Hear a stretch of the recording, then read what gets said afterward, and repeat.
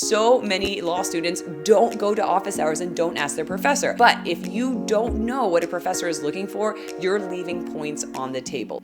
Hey guys, welcome back to my channel, the place where I help law students get the grades and land the job so that you can build a lawyering life on your own terms. If you're new to the channel, I'm Angela Vorpahl of angelavorpahl.com. And before we jump into today's video, if you are interested in law school or already in the midst of law school, be sure to join our free Law School Network Facebook group. It is an amazing place to connect with over 1,000 other people on the exact same journey you are and get clarity and support in that law school journey and path. So I can't wait to see you over there. And in today's video, we are talking about law school final exams.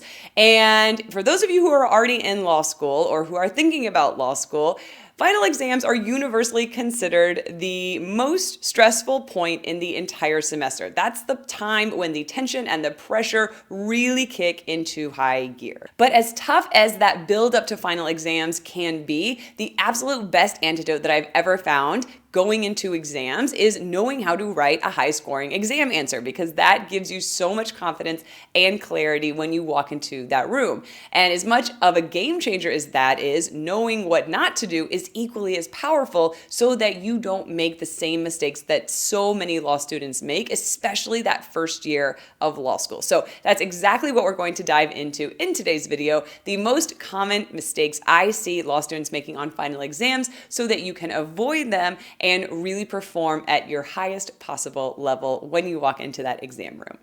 The first big mistake I see law students making in their final exam answers is skipping the analysis altogether. So a lot of you have probably heard of the IRAC framework. It stands for Issue, Rule, Analysis, Conclusion. I love IRAC. It is a great way to think through your exam answer and make sure all of those necessary pieces are in there. That being said, the I, the R, and the C, the issue, rule, and conclusion, are very basic. You want to get in and get out with those as quickly as possible, because the real star of the show is the analysis. And the trick with the analysis is that you really want to take your professor by the hand and walk him or her through step by step exactly how you are getting from the issue that you spotted to the conclusion that you are giving them. And what tends to happen is that a lot of law students totally skip that part, and they'll do what's called I-Seeing your answer, which is where they just write the issue and then the conclusion and don't even touch on the rule or the analysis of how they got to the conclusion they got to.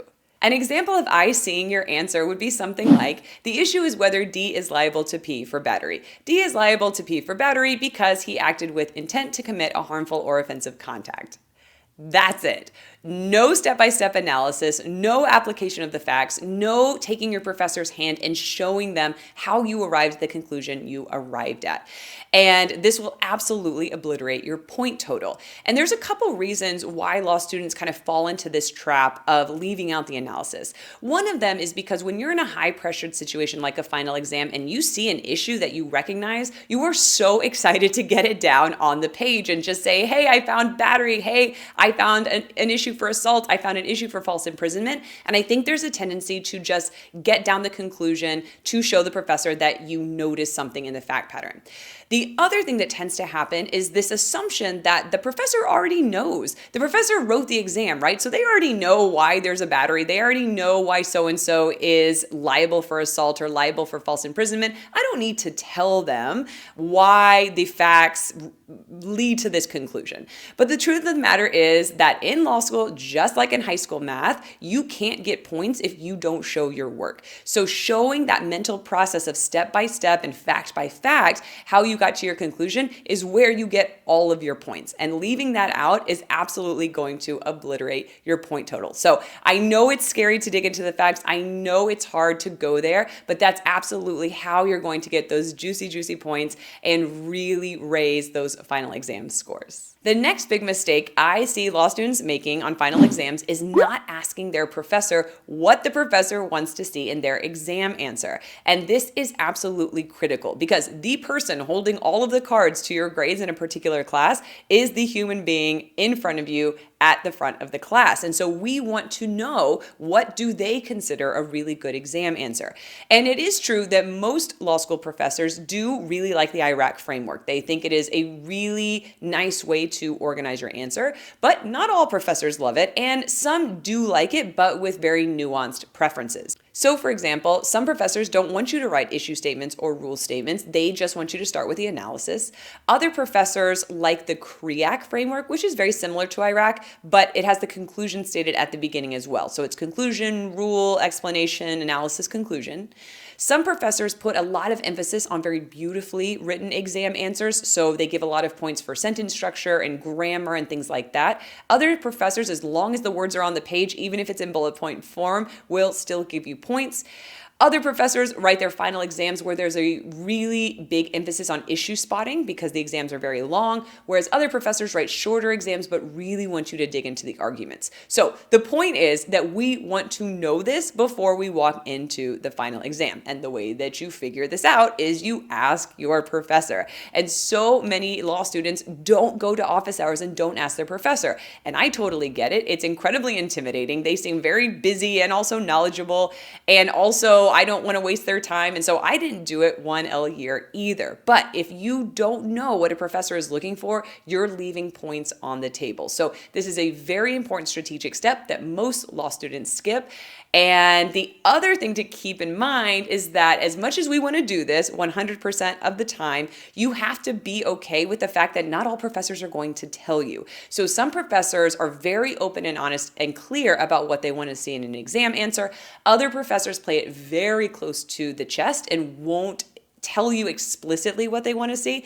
But the worst they can say is no or not share with you the information, and it's your job to at least ask the question. Mistake number 3, running out of time on a final exam. And this is a huge one. So the reality is that law school exams are intentionally written to be too long. So the joke is kind of, for any given law school final exam, you could write an answer for days and days and days, and they give you about 3 to 4 hours to do it. And the reason that law school final exams are written to be intentionally too long is to force the creation of a curve, which is the foundation of the law school grading system. So if a professor made a final exam that everybody could answer in the given amount of time without a problem, then it would be next to impossible to create that distribution of grades on a curve. Now, I'm not saying I agree with the graded system of a curve. I'm just saying that's why they do it. So they need to pack as many possible issues into a fact pattern as possible so that some students will find more than others. So now that we know we're walking into a time impossible exam situation, we need to know how to aggressively manage that time so that you're using it as efficiently as possible.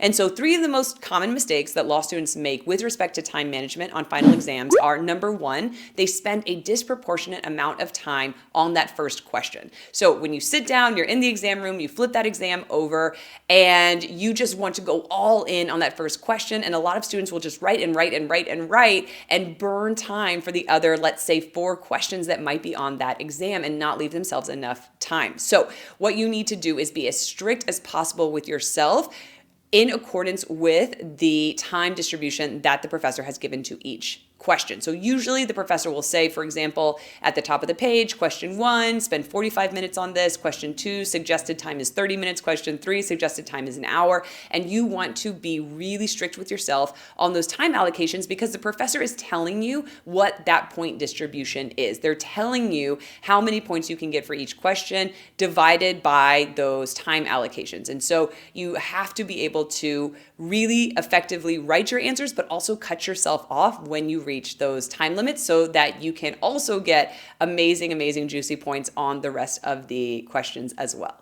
The second mistake that students make with respect to time management on final exams is not outlining your answer before you start typing. So in a final exam situation, you want to create at least a rough outline, a bullet point list of the issues that you spotted that you know you want to talk about so that you give yourself that sense of how much time you can spend writing out each issue and all the analysis that goes with it. So for example, if you have a question with a 45-minute time allotment that your professor has told told you, and you spend about 10 minutes reading it and creating that rough outline. You have 35 minutes left. Let's say you spotted 5 issues. Now you know you only have 7 minutes to write on each of those issues. If you didn't create an outline and you were just going one by one, not only would you waste time trying to figure out where you're headed next, but you also have no sense of how long you have to spend on each of those issues. So really, really do yourself this favor of this really quick, short, rough outline so that you can break down those time allotments that your professor is giving you into more bite-sized pieces that make sense and give you that sense of urgency so that you can move on when that time allotment is up.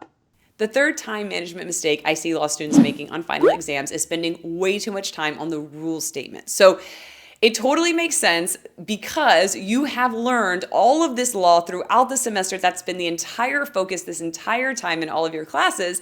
And law students want to show their professor how much they know, how much they've learned, how much they've studied, how much law they've memorized. And so it basically turns into this brain dump of just rules and rules and rules and rules and explanations of rules as to show their professor how much they know. When, as we talked about before, the place where you actually get all your points is the analysis section. And so if you're busy brain dumping rule statements, you are eating up precious, precious time that will be better spent working through the step-by-step analysis of your answer and applying those facts to the legal rules that you've learned.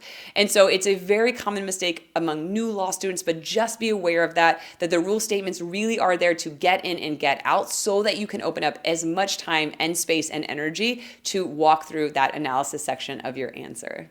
The next big mistake I see law students making on final exams is not formatting their exam answer. And I know this sounds very basic and simple and unimportant, but I promise you it is a game changer. And the reason it's a game changer is because professors hate grading final exams.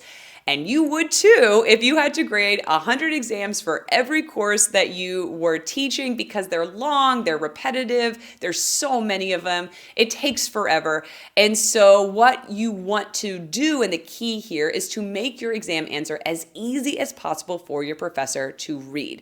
What you don't want is your professor to print out your exam answer, have it be 12 pages, single space, just a wall of text, and have them hating their life and hating you. You want to make it very visually appealing, very easy to walk through. And so when we talk about formatting, we're talking about paragraph breaks, headings, subheadings, numbered lists, a really easy visual flow to what it is you're talking about so that your professor has their grading rubric over here and they can just check, check, check, check, give you all of these really great points because they can find them really easily. If it's just a wall of text, your professor is not going to be inclined to go digging through your answer to try and find points to allocate to you. So help them help you by making your exam answer incredibly easy to read and incredibly easy to allocate points to. The final mistake I see law students make with respect to final exams is looking for the right answer. And this is absolutely the crux of writing a really good law school exam, and the one that most new law students miss.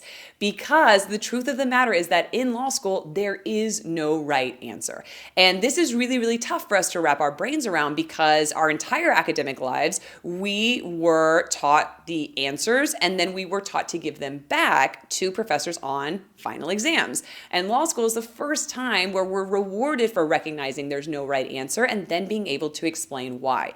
And I remember being in final exams, especially 1L year, and just telling myself mantra over and over as I was going through my exam: there is no right answer, arguments and counter arguments. There is no right answer, arguments and counter arguments. Because if you don't remind your brain, it will go into right answer mode immediately. And it will look for what issues are there, how should they come out. And when you do that and you don't dig into the arguments and counter arguments, that's where you leave so many juicy points on the table. That's where your point total really, really takes you from the middle of the class to the top of the class. And so this is a tough one, but getting this right is really, really what increases those point totals. And even 1 point can be the difference between a B and a B plus, or an A and an A minus, or an A and the highest grade in the class. And so we're always looking to improve our point totals and get those as high as possible on a final exam, and really, really digging into this concept of no right answer exists. Let me see how I can argue this from both sides is where those juicy, juicy points really lie. That's it for this video, guys. I hope this was really helpful. I hope it gave you some insight into what to expect from final exams, how to avoid some of those most common mistakes so that you can walk in clear and confident and ready to kick ass on your final exams. So for all of you who are preparing or heading in right now, I wish you the absolute best of luck. If you have any questions about final exams, be sure to drop them in the comment section below. And of course, if you haven't subscribed yet, you can subscribe here so you get notified every time a new video comes out, and check out these 2 videos over here. I have no doubt they're filled with just as valuable information for you guys. I wish you guys the best of luck. Have a great week, and I will see you in the next video.